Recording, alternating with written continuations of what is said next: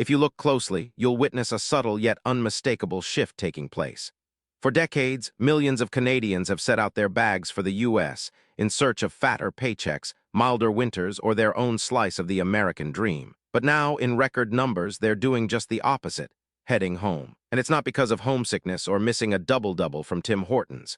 There's something more going on. In 2025, a perfect storm of events is having Canadians flee the United States and moving to a country they once left behind. From boycotts and increased tensions to matters of safety, morals, and national identity, the reasons go far deeper than you know. Just in the past few months alone, U.S.-Canada relations have reached a new nadir. Tariffs, provocative political rhetoric, and a spreading sense of volatility are leading many Canadians to reevaluate what they once thought of as the land of opportunity. You don't even read about it in the papers.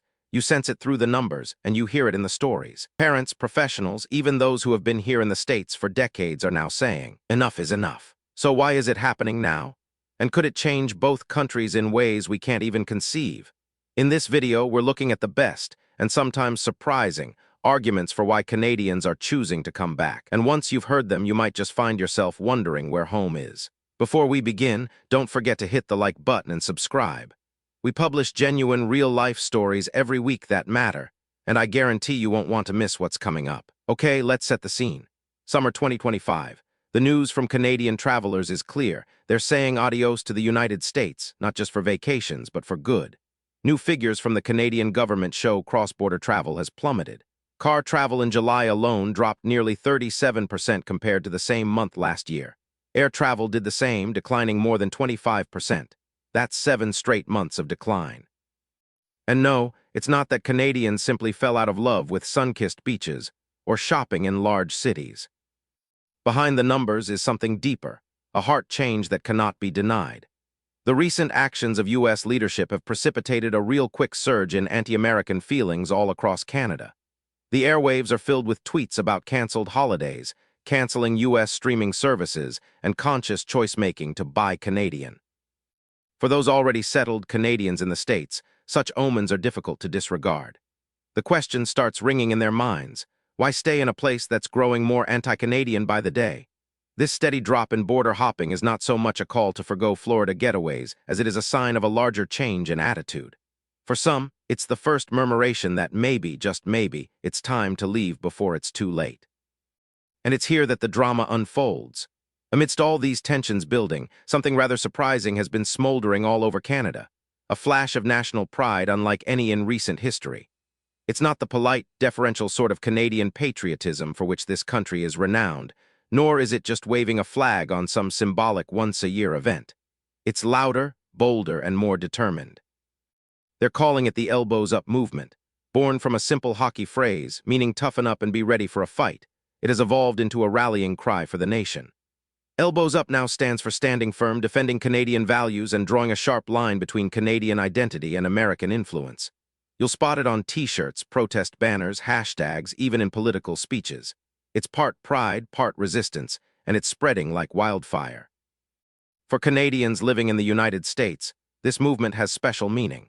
Witnessing their own nation embracing unity and confidence is a respite from the often polarizing, extremely individualistic environment they see in the States. The elbows up mentality is a reminder of something they have been missing, a culture that prioritizes group good, respect for each other, and stability. It's no longer about more jobs or universal Medicare. Folks are coming back because they want to be part of something that feels deeply comfortable and unmistakably Canadian. The elbows up movement isn't trendy, it's iconic. And for thousands of expats, it's the push they need to take the leap. By early 2025, tensions had reached a boiling point. The United States imposed a series of aggressive tariffs on Canadian goods, and these were not small, forgettable policy measures. They shook both economies and foreshadowed the next chapter in this drama. The tariffs struck at the heart of Canada's economy, targeting signature sectors like aluminum, dairy, and wood. But it was not just the economic blow that stung, it was the rhetoric that came with it. Some U.S. officials suggested that Canada should be grateful for access to the American market. Others took it even further, suggesting that Canada would be better off as the 51st state. For many Canadians here and abroad, that was the final straw. The reaction was swift and vehement. Politicians condemned the remarks, business leaders rallied their communities, and regular citizens doubled their efforts to promote Canadian-made goods. Boycotts of American products spread, travel plans to the other side of the border were canceled, and one message rang out: Canada would not be bullied and it would not be mocked. For Canadians in the United States, the crisis cut even more deeply. Many were in a no-man's land, aliens in a country they had once willingly chosen as home. Some even suggested that they felt despised or quietly discriminated against because of where they came from. As economists tallied the losses in trade, the human cost was harder to quantify, but far more personal. This economic Cold War forced many expats to confront an ugly reality. Why stay in a country that considers your native country a competitor, or worse, a subordinate? Increasingly, the answer was simple. It was time to go home. And for many, tariffs were not even the most urgent rationale. Among the most lasting and deeply personal rationales driving Canadians away is fear of gun violence in the United States. It is not new, but in 2025 it's more impossible than ever to ignore. Mass shootings dominate headlines, and a deeply ingrained gun culture permeates daily life in ways that are alien to Canadians.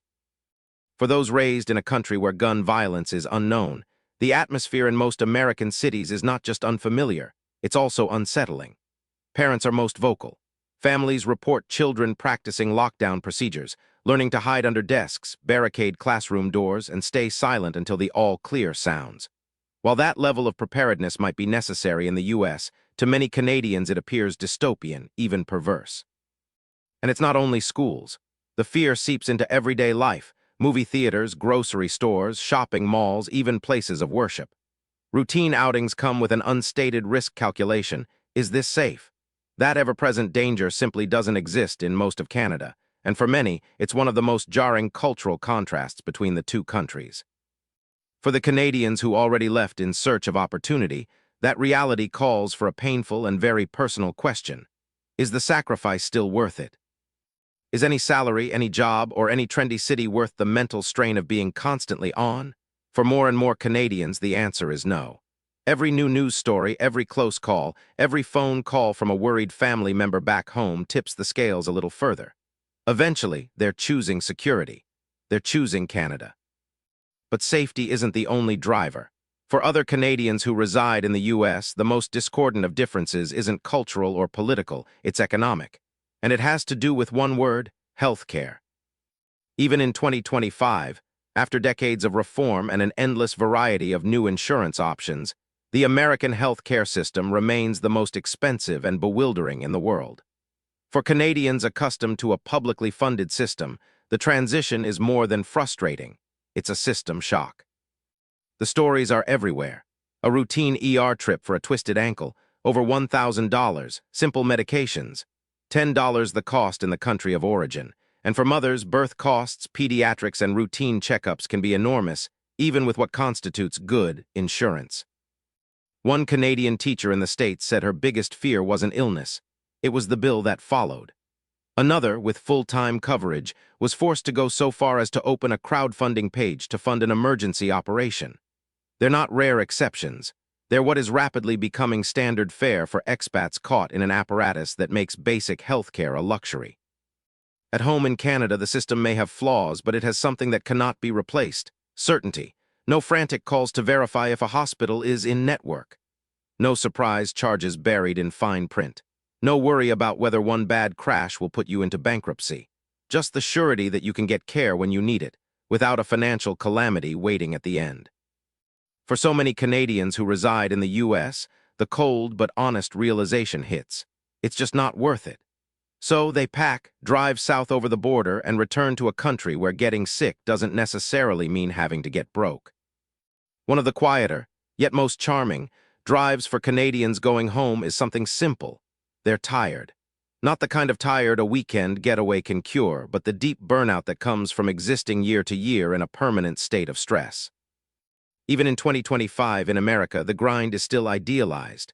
Long hours are the norm, time off is short, parent leave is minimal. The stress to work harder, work faster, and do more with less is ever present. For individuals who once used to migrate south of the border in search of opportunity, the lifestyle can become a long drag ultimately. Others work 60-hour weeks, seeing family only to attend to their manager's request or schedule. Hobbies and sleep are relegated to secondary status. Even those who succeed on paper confess to feeling alienated and dissatisfied. Existence becomes a treadmill. Work, commute, recover, repeat. Canada, by contrast, dances to a slower beat, slower, softer, and more equal. Extended maternity and paternity leave are not luxuries. Using every vacation day is standard, not standard to be shamed. And the focus on quality of life is not lip service, it's expressed in mundane routines. They're not returning for policy, people are returning for peace. People want to be able to drop their children off at school without looking at their phone. People want to have weekends that are actually weekends. People want to feel human and not a productivity machine. For others, though, the move out of the U.S. isn't an impulsive choice. It quietly accumulates day after day until one day they wake up and understand. Home is not a location, it's a tempo. And Canada gets that. So while the American dream continues to beckon for a few, more and more Canadians look at the cost and conclude it's too steep. From security to sanity, home has never been more alluring. If this resonated with you, give this a thumbs up, subscribe, and comment below what you think. Would you make the move back?